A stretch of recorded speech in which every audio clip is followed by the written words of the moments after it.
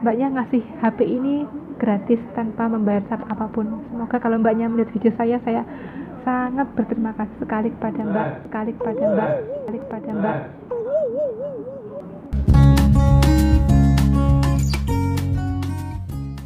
Bismillahirrahmanirrahim. Assalamualaikum warahmatullahi wabarakatuh. Berjumpa kembali dengan saya, Ena Nurrohim. Bagaimana kabar teman-teman semuanya? Semoga teman-teman semuanya selalu dalam keadaan sehat walafiat, tak ada kurang suatu apapun, dan semoga selalu dalam lindungan Allah Subhanahu wa Ta'ala. Nah, seperti biasanya, saya menjaga Laupan dan juga Dede yang masih istirahat di lantai atas, dan kebetulan nenek atau ama saya sudah keluar ya teman-teman ya. Tadi sudah masak, yang memasak itu nenek. Jadi pada video kali ini saya akan membahas intinya, temanya kita dalam ber-YouTube tidak perlu harus menunggu harus punya peralatan lengkap terlebih dahulu, HP baru, mungkin ring light dan sebagainya. Di sini sebenarnya saya ingin tema ini berdasarkan dari apa yang saya alami.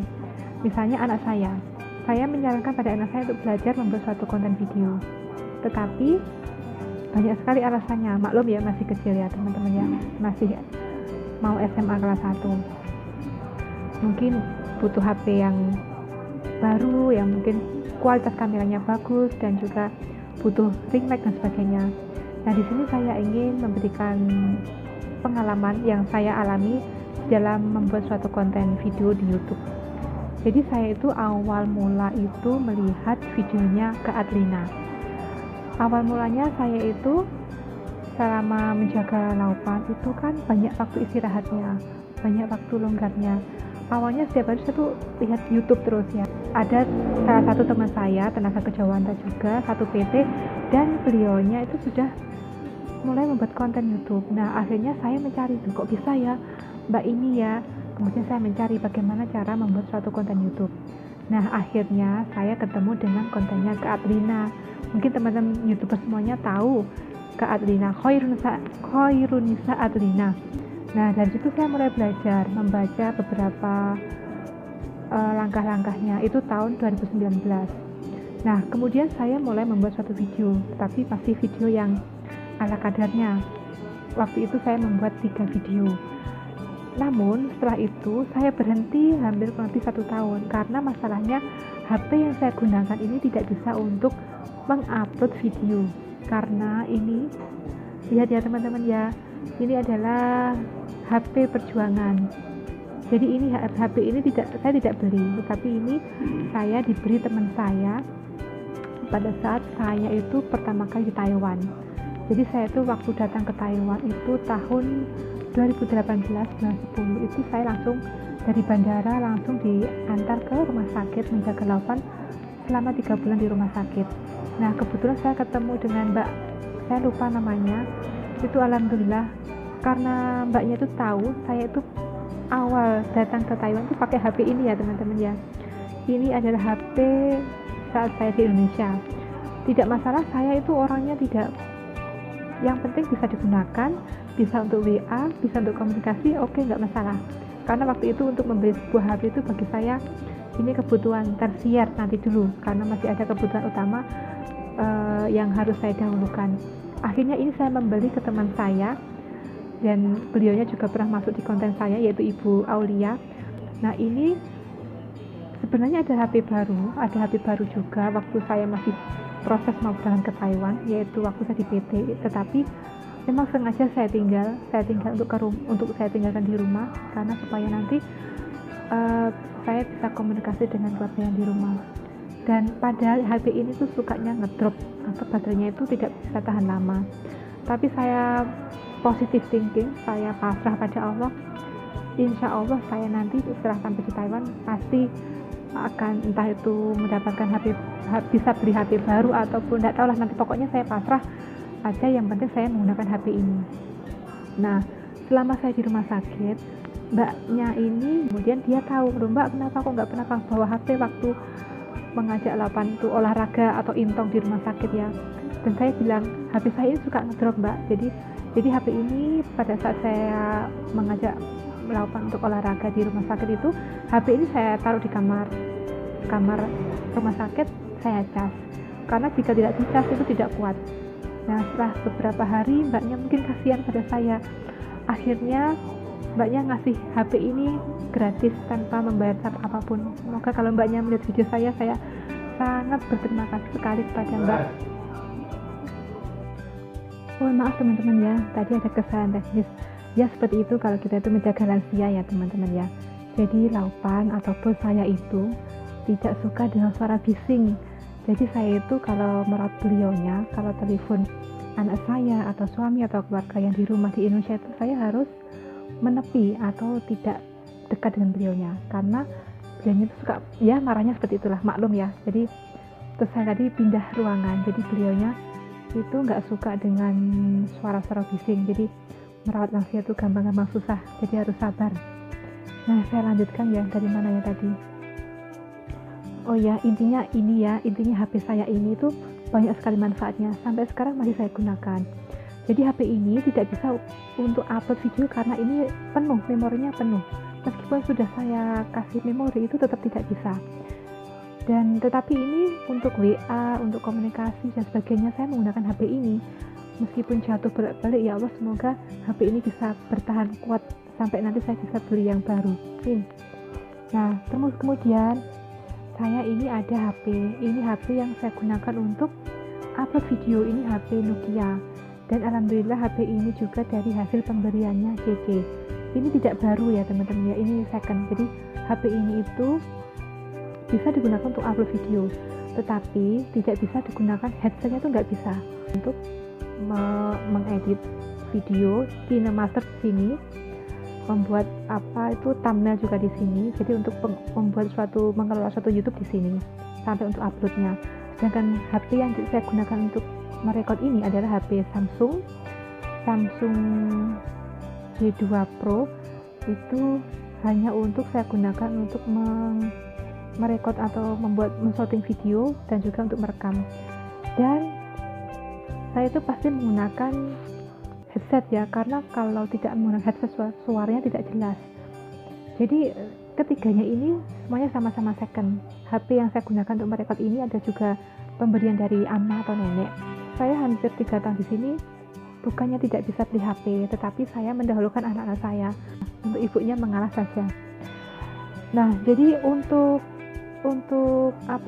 cagaannya HP itu namanya apa? Saya lupa namanya. Awalnya saya itu tidak punya tongsis Awalnya saya itu tidak punya tongsis ya teman-teman ya, belum beli. Karena saya masih bingung mau beli kemana, mau titip di siapa. Karena saya itu memang jarang keluar. Nah, akhirnya saya membuat kardus, saya tata yang saya gunakan untuk menyandarkan HP. Jadi video saya tentang pijat anak, awal-awal membuat video itu saya menggunakan menggunakan kardus yang saya bentuk sehingga bisa untuk menyandarkan HP ini. Tapi juga banyak sekali kekurangannya, tiba-tiba jatuh. Dan akhirnya suatu ketika saya akhirnya titip ke teman saya, rumahnya belakang rumah saya ini, saya titip ke Mbak Aya. Itu saya beli sekitar 300 NT ya, alhamdulillah ini sampai sekarang saya gunakan. Dan untuk untuk ring light saya itu belum punya, saya cukup mengandalkan cahaya lampu ataupun cahaya alami. Nah, alhamdulillah sampai dengan sekarang subscriber saya itu 940-an lah ya, naik turun. Saya masih menggunakan ketiga HP yang tidak baru semuanya. Dan syukur alhamdulillah ya, mungkin videonya belum begitu bagus ya teman-teman ya, tetapi saya sangat bersyukur sekali, setidaknya saya bisa berkarya dengan apa yang ada, alat yang saya miliki. Jadi untuk teman-teman yang masih pemula seperti saya, mungkin yang akan mulai membuat satu konten YouTube atau yang sudah mulai membuat konten YouTube, yang masih berjuang sama seperti saya, jadi jika memang dananya terbatas sekali seperti saya, jadi pakailah HP yang seadanya dulu, dan kita belajar di YouTube kira-kira bagaimana caranya memaksimalkan video kita supaya bagus dengan berbagai keterbatasan yang kita miliki. Awalnya saya lebih suka membuat suatu konten yang berupa teori ya teman-teman ya, tentang kesehatan, karena HP saya ini ada kelemahannya pada videonya, pada tampilan video. Tetapi untuk membuat suatu video tentang kesehatan atau yang berhubungan dengan kebidanan yang saya buat sebelumnya itu membutuhkan waktu kurang lebih 10 hari, karena saya itu harus mencari beberapa bahan literatur, saya harus update ilmunya, harus mencari dari beberapa sumber, sehingga supaya apa yang saya sampaikan itu update, tidak kadaluarsa. Dan karena saya juga itu menyambi, ibaratnya juga sambil bekerja merawat pelaupan dan JJ, jadi saya membutuhkan waktu yang lama untuk membuat suatu video tentang teori kebidanan. Selain itu juga karena keterbatasan dari waktu, jadi sampai saat ini saya belum minta izin kepada nenek dan juga JJ untuk membuat konten YouTube. Jadi saya ya diam-diam ya teman-teman ya, maka saya itu jarang sekali mengupload kegiatan saya dengan laupan atau pada saat saya masak, karena waktu memasak itu saya selalu bersama nenek atau ama, saya bagian membantu ya, kecuali kalau pas nenek itu keluar sejak pagi, jadi ya yang masak saya. Tetapi saya kalau membuat konten masak itu saya agak kesulitan saya untuk mengeditnya.